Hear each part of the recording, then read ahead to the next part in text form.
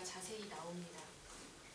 하나님이 정해주신 것인데 우리가 잘 알고 있는 유월절, 오순절, 초막절입니다. 유월절은 이스라엘이 이집트에서 해방된 것을 기념하는 우리나라로 말하면 광복절과 같은 것이고, 오순절은 곡식이 낫을 댄 첫날부터 50일째 되는 날에 지내던 절기였는데, 우리 기독교는 오순절에 성령 강림 사건이 있었기 때문에 성령 강림절로 지킵니다. 그리고 마지막으로 초막절인데 오늘날의 추수감사절입니다.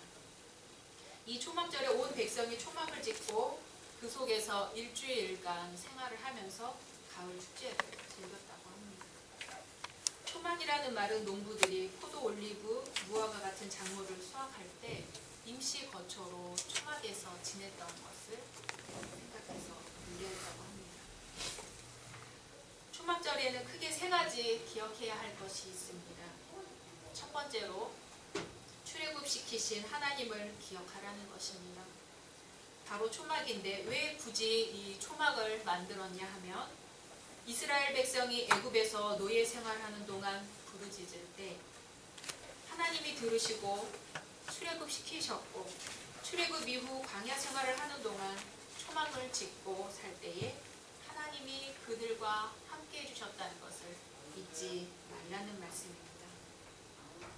그러니까 축제는 축제인데 그들의 조상을 노예에서 해방시키신 하나님을 기억하며 올해도 풍성한 수확을 거두게 해주신 하나님의 축복에 감사하는 것입니다. 두 번째로 이웃을 기억하라는 것입니다. 레위기 19장에 추수를 할 때 가난한 사람과 거류민이라면 임시로 거주하는 외국인인데 이들을 위하여 인색하게 밭 모퉁이까지 다 거두지 말고, 떨어진 이삭을 다 줍지 말고, 포도원의 포도를 다 거두어드리지 말고 남겨두라는 것입니다. 초막절 축제의 기본 정신은 바로 가난한 사람들과 이방인들과 하나 되어 이웃과 화목하고 사랑을 실천하는 것입니다. 세 번째로 노동을 하지 말라는 것입니다. 초막절의 첫째 날과 마지막 날은 거룩한 성회로 모였습니다. 성회 때는 노동을 하지 않고 철저하게 안식했습니다. 이스라엘 백성은 예배를 통해 쉼을 얻고 축제를 통해 쉼을 얻었습니다. 이렇게 이스라엘 백성은 잊지 않고 매년 하나님 앞에서 초막절을 지내면서 함께 기뻐하고 함께 나누며 함께 예배드렸습니다. 그것이 하나님 앞에 추수한 열매를 갖고 나가는 마음가짐이었습니다. 오늘 우리 교회는 이 추수감사절에 하나님 앞에 어떤 마음으로 추수한 열매를 가지고 나가야 할까요? 몇 주 전 제2방송의 앵커 브리핑에서 그럽니다. 무당정치라는 신조어가 탄생했고, 외신들은 세상에 이런 일이 있냐는 듯해서 특필했습니다. 보다 못한 한국무신교 총연합회에서 최순실 씨가 무속인의 명예를 훼손했다며 무당이란 표현을 쓰지 못하도록 서명운동을 벌이겠다고 나섰습니다. 불독은 개신교로도 튀었습니다. 최순실 씨 아버지 최태민 목사는 사이비 종파의 교주일 뿐이라며 목사 호칭은 부적절하다고 선을 그었습니다. 그러나 속속 드러나는 개신교의 흑역사. 안타깝게도 회개의 목소리는 어디에서도 들리지 않는군요. 저도 그 목사 호칭에 귀가 거슬렸던 사람 중에 한 사람입니다. 어째서 사이비 교주를 목사라 부르는가 하면서요.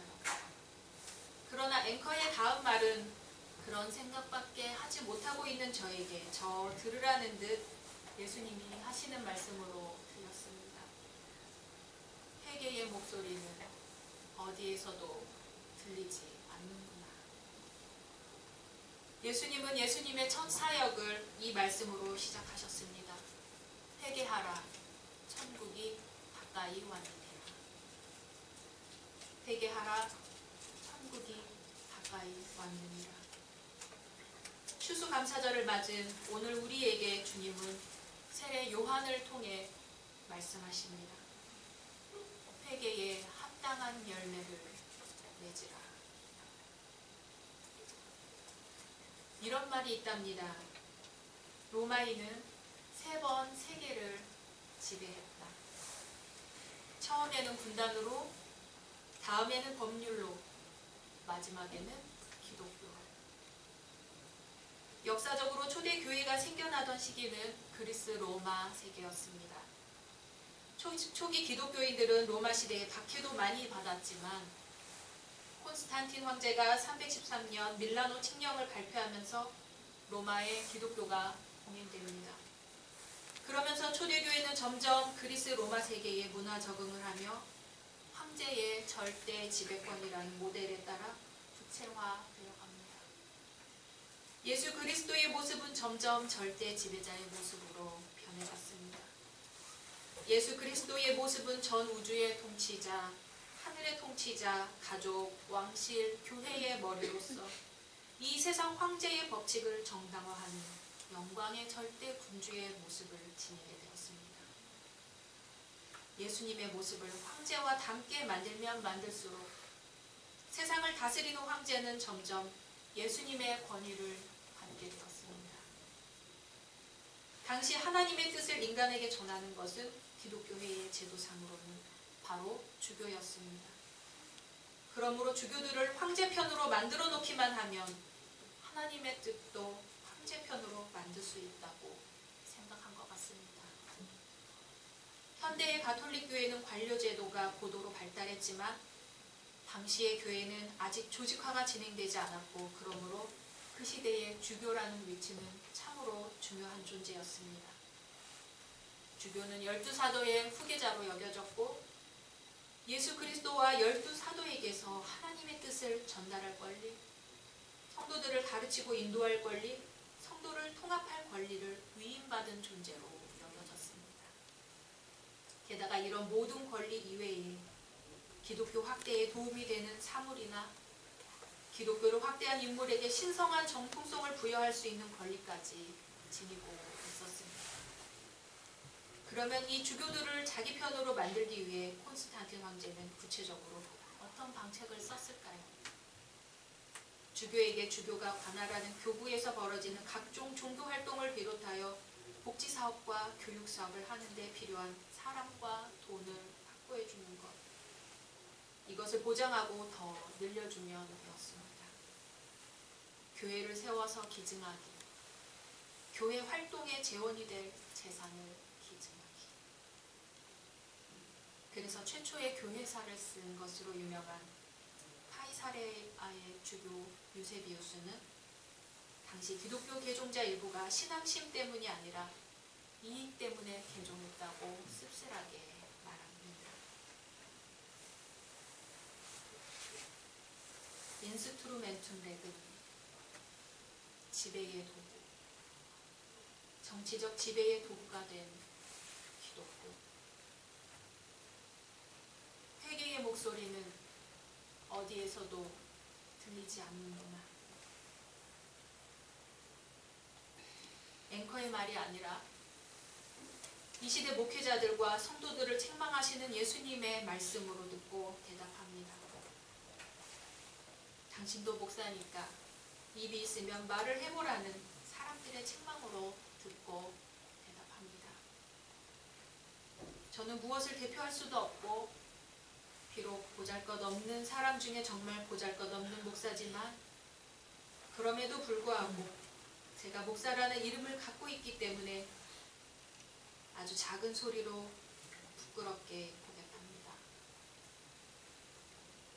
하나님, 목사인 제가 잘못했습니다. 성도 여러분, 목사인 제가 잘못했습니다. 들으실지 모르겠지만 대한민국의 여러 국민 여러분, 기독교의 목사인 제가 잘못했습니다. 감히 바라본데 용서해 주십시오. 2000년 기독교의 역사는 이렇게 뚜렷한 검은색으로 얼룩져 있음을 고백합니다. 그리스도라는 빛을 가려왔습니다. 하나님 앞에 어떻게 회개해야 하나님이 우리의 회개를 받아주실까요? 전 세계의 모든 교회가 금식령을 선포하고 가슴을 치며 통곡해도 모자랄 것입니다. 대한민국이 이렇게 된 것에 대해 전국의 모든 교회가 금식령을 선포하고 가슴을 치며 통곡해도 모자랄 것입니다. 로마 제국이 기독교를 이용했듯 기독교의 흑역사는 지금 대한민국에서도 계속되고 있습니다. 그럼에도 불구하고 복음의 빛은 꺼지지 않고 여전히 활활 타오르고 있습니다. 초대교회 성도들의 가슴 속에 활활 타올랐던 것처럼 지금 우리의 가슴 속에서도 활활 타오르고 있습니다. 초대교회 당시에는 어느 단체의 높은 지위를 가지고 있는 사람, 왕이나 황제에게 사람들은 로드, 주님이라고 호칭을 썼습니다. 그러나 예수님을 만난 사람들은 예수님에게 로드, 주님이라는 호칭을 썼습니다. 이 세상 모든 권세보다 뛰어난 분이 바로 주 예수님이시라는 고백입니다. 그동안 불러왔던 주님이란 호칭은 군림하고 억누르고 억압하는 사람에게 쓴 호칭이었다면 이제 성도들에게 주님은 군림하는 황제가 아니라 옆에서 함께하는 분, 섬김을 받는 사람이 아니라 제자들의 발을 씻기시는 분, 더 이상 누구를 억누르는 게 아니라 억눌림에서 자유케 하시는 분, 십자가를 지기까지 가장 낮은 자리에 있는 한 사람 한 사람을 기억하신 분, 바로 온 세상에 썩어 없어질 것들을 누르시고 죽음에서 부활하신 분이 바로 주 예수님이 되신 것을 믿습니다. 초막절에 잊지 말아야 할 세 가지를 우리 함께 기억해 봅니다. 첫 번째로 초막입니다. 이스라엘 백성은 애굽의 노예로 살았습니다. 우리는 지금 무엇의 노예로 살고 있습니까? 권력의 노예, 돈의 노예, 사상의 노예. 이스라엘 백성이 애굽의 노예로 살던 때 하나님께 부르짖어 그것을 듣고 하나님이 출애굽시키셨던 것처럼 우리도 이 지긋지긋한 노예 생활에서 벗어나 참 자유인으로 살게 해달라고 부르짖어야 하지 않겠습니까? 지금 대한민국을 억압의 사슬에서 끊고 자유의 광야로 걷게 해달라고 말입니다. 두 번째로 이웃입니다. 우리의 밥 한 귀퉁이를 이웃을 위해 내놓을 수 있어야 합니다. 돈이 있는 사람은 돈으로, 지식이 있는 사람은 지식으로, 봉사할 수 있는 사람은 봉사로 우리의 밥 한 귀퉁이를 이웃을 위해 내놓아야 합니다. 세 번째로 안식일에 노동을 하지 말라는 말씀입니다. 이스라엘 백성은 예배를 통해 쉼을 얻고 축제를 통해 쉼을 얻었습니다. 사실 주일에 교회에서는 많은 일이 있습니다. 저 같은 사람은 설교하는 것으로, 교사는 가르치는 일로, 성가대는 찬양하는 일로, 식탁 봉사의 일로, 회개의 일로, 그 외에도 주일을 준비하는 손길이 많습니다. 일에 매이다 보면 주일에 쉼과 기쁨을 얻기보다는 괴로움과 근심이 되기도 합니다. 미국 워싱턴 DC에 세이비어 교회라는 교회가 있습니다. 그 교회는 센터로서 워싱턴 DC에 큰 영향을 끼칠 만큼 큰 사역을 하는 곳으로 알려져 있습니다. 특징적인 것은 교회의 성도들이 봉사하기에 앞서 1시간 이상 기도하지 않으면 그날의 봉사는 할 수 없다는 것입니다. 인도 캘커타의 마더 테레사의 집에 가면 한 안내판이 있는데 이렇게 쓰여 있습니다. 오늘 기쁘지 않다면 봉사하러 나오지 마십시오. 이러한 이야기들을 접하기 전에는 봉사는 하면 할수록 좋은 것이 아닌가 하는 생각을 했습니다. 그런데 세이비어 교회에서 1시간 이상 기도하지 않으면 봉사할 수 없다는 것과 마더 테레사의 집에서 오늘 기쁘지 않으면 봉사하러 나오지 말라는 그 이야기는 과연 봉사란 무엇인지 생각하게 했습니다. 교회에서 여러 가지 사역을 하는 데 있어 우리 교회도 귀 기울여 들어야 할 부분이 아닌가 합니다. 그리고 누군가 역할 분담이 되지 않아 생긴 과중한 일 때문에 교회에 오는 마음이 힘들지는 않을까도 늘 돌아보아야 합니다. 그리고 주일을 맞이함에 있어 우리가 얼마나 말씀과 기도로 준비되어 있는지도 돌아봐야 할 것입니다. 지금 2016년에 살고 있는 우리는, 그리고 우리 삭개오교회는 한 번도 살아보지 않은 시대, 누구도 예측할 수 없는 시대를 살고 있습니다. 그동안 교회에서 목사라 하면 중년 남성의 자녀가 2-3명 있고 아내 사모가 있는 그러한 목사와 그러한 목사가 목회하는 교회가 건전하고도 이상이 되는 교회였습니다. 그러나 삭개오 작은교회가 지향하는 평신도 교회는 물론 종교개혁 시대의 만인 제사장이라는 이름으로 누구나 제사장이라 선포는 했어도 그것이 교회의 모습으로 건전한 교회의 상으로 자리 잡지는 못했습니다. 저같이 조그만 애들을 키우는 젊은 여성 목사가 정기적으로 대예배 설교하는 교회가 한국에 얼마나 있겠습니까? 아직도 한국 교회에서 여성에게 목상수를 주지 않는 교단이 많습니다. 초대교회의 7 집사처럼 7명의 운영위원이 교회의 중요한 회의를 하고 전 교인이 모여 교회가 나아갈 미래를 위해 함께 고민하고 서로 이야기하는 교회가 흔치 않습니다. 그것만 봐도 삭개오 작은교회는 일반적인 교회는 아니지요. 그리고 누구도 가보지 않은 길을 가야 한다는 점에서 위태롭고 불안하고 막막하다는 것이 현실입니다. 기존 교회로 그냥 그렇게 돌아가자니 너무 먼 길을 와버렸고 우리가 선택한 길 따라 앞으로 가자니 누구도 제시한 적이 없는 길이라 두려운 길입니다. 기존 교회가 그렇다고 문제만 있다는 이야기가 아닙니다. 2000년간 교회는 예수 그리스도라는 복음의 빛을 꺼뜨리지 않기 위해 갖은 고난과 핍박을 이겨냈습니다. 이제 우리는 예수 그리스도라는 그 복음의 빛이 더욱 선명하게 빛나도록 하기 위해 삭개오 작은 교회로 모였습니다. 예수 그리스도라는 빛이 더욱 밝게, 더욱 환하게, 더욱 선명하게 빛나도록 하기 위해 전과는 다른 모습을 갖추려고 합니다. 그 시작은 회개의 열매를 내어놓는 것부터입니다. 회개의 열매가 아니고는 하나님을 기쁘시게 할 수가 없습니다. 회개의 열매가 아니고는 이전과 다른 삶을 살 수가 없습니다. 우리는 다음 주를 마지막으로 2016년도를 정리하고 2017년도를 맞이하는 새로운 회기를 시작하며 마셨습니다. 예수님은 하나님께 부르심을 받은 모임인 교회로서 우리가 더욱 모여 말씀 듣고 더욱 모여 기도하고 더욱 모여 찬양하고 더욱 모여 우리 각 삶 가운데 함께 하신 예수 그리스도를 증거하기를 원하십니다. 그 길은 우리가 가보지 않은 길, 새로운 길, 고난의 길, 그러나 생명의 길입니다. 그리고 2000년간 믿음의 선조들이 앞을 알 수 없는 상황에서 한 걸음 한 걸음 내딛었던 바로 그 길입니다.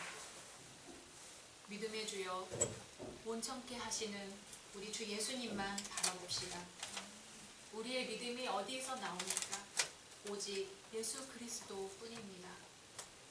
믿음의 간석이요, 우리 발 아래 등불이며 마르지 않는 샘이신 예수님입니다. 회개에 합당한 열매는 무엇일까요? 오늘 어떤 회개의 열매를 하나님 앞에 내어놓으시겠습니까? 시국이 어수선합니다. 사람이 계획할지라도 걸음을 인도하시는 분은 하나님이십니다. 나라가 혼란스러운 이때 매일 시간을 정해놓고 더욱 무릎으로 기도하시기 바랍니다. 하나님께서 대한민국을 긍휼히 여겨주시기를 기도합니다. 빌립보서의 말씀을 다시 읽으면서 오늘 말씀을 마치겠습니다. 아무것도 염려하지 말고 다만 모든 일에 기도와 간구로 너희 구할 것을 감사함으로 하나님께 아뢰라. 그리하면 모든 지각에 뛰어난 하나님의 평강이 그리스도 예수 안에서 너희 마음과 생각을 지키시리라. 다 같이 침묵 기도하심으로 성도의 기도를 드립니다.